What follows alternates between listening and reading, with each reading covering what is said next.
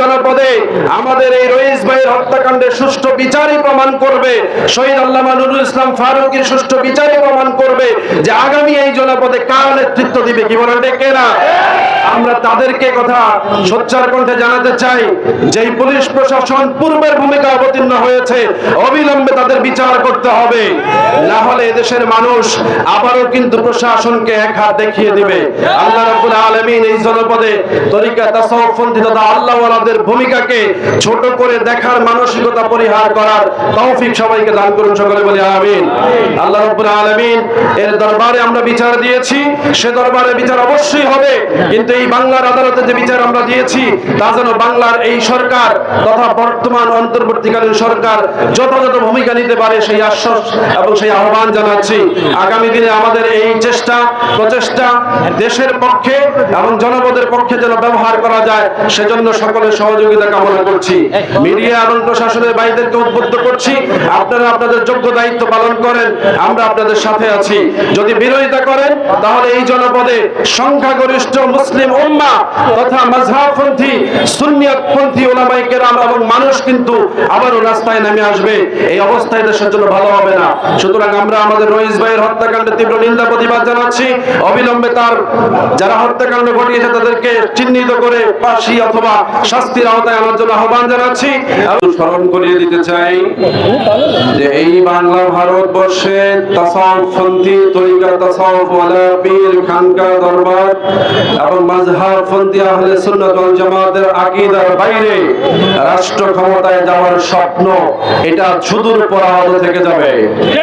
সম্মানিত ভাইয়েরা, ইতিপূর্বে যারা ক্ষমতায় এসেছে তারা চেষ্টা করেছে দরবার খানকা আহলে সুন্নাত ওয়াল জামাতের ভাইদেরকে সাথে রেখে যে কোনো পন্থায় তাদেরকে তাদের কুতির তলে বগলের তলে রেখে ক্ষমতাকে কক্ষিগত করে রাখার চেষ্টা করেছে, যার কারণে বিগত ফেসিবাদ আমলেও আমরা দেখেছি যে বিভিন্ন দরবার খানকা আহলে সুন্নাত ওয়াল জামাতের আলেমদেরকে নানাভাবে ব্যবহার করা হয়েছে, বিভিন্ন ভাবে তাদেরকে পথভ্রষ্ট করার চেষ্টা করা হয়েছে।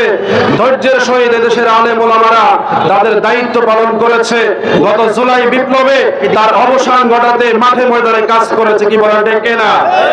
সুতরাং এই দেশে তরিকা তাসাউফপন্থী তথা আহলে সুন্নাত ওয়াল জামাতের আকীদার মানুষকে বাদ দিয়ে কোন স্বপ্ন পূরণ করার স্বপ্ন যদি কেউ দেখেন সেটা পূরণ হবার নয়।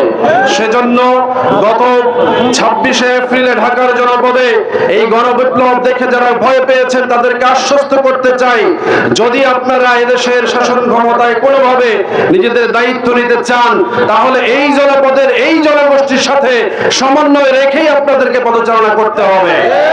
সেখানে যারা আজকে ভাঙন সৃষ্টি করতে চাচ্ছে, এই অনৈক্যকে যারা বিভিন্ন ভাবে ষড়যন্ত্রের মধ্যে ফেলে আজকের এই রইস ভাইয়ের হত্যাকাণ্ড ঘটিয়েছে, অনতি বিলম্বে যদি এই সমস্যার সমাধান করা না হয়, এই হত্যাকাণ্ডের সুষ্ঠু বিচার না হয়, তাহলে এই জনপদে মুসলিম মিল্লাতের মধ্যে আবার এক অনৈক্য দেখা দিবে, যেটা গত জুলাই বিপ্লবে এবং 26শে এপ্রিল তথা 12ই এপ্রিলের সমাবেশে আমরা প্রমাণ করেছি। এই জনপদে মুসলমানরা ইসলামপন্থীরা যদি একত্রিত হয় তাহলে এদেশ তাদের নিয়ন্ত্রণেই থাকবে। কি বলেন ঠিক না? সুতরাং আগামী দিনে এই জনপদে আমাদের এই রইস ভাইয়ের হত্যাকাণ্ডের সুষ্ঠু বিচারই প্রমাণ করবে, শহীদ আল্লামা নুরুল ইসলাম ফারুকীর সুষ্ঠু বিচারই প্রমাণ করবে যে আগামী এই জনপদে কার নেতৃত্ব দিবে। কি বলেন ঠিক না? আমরা তাদেরকে কথা সোচ্চার কণ্ঠে জানাতে চাই, যেই পুলিশ প্রশাসন পূর্বের ভূমিকা অবতীর্ণ হয়েছে অবিলম্বে তাদের বিচার করতে হবে, না হলে এদেশের মানুষ আবারও কিন্তু প্রশাসনকে এক হাত দেখিয়ে দিবে।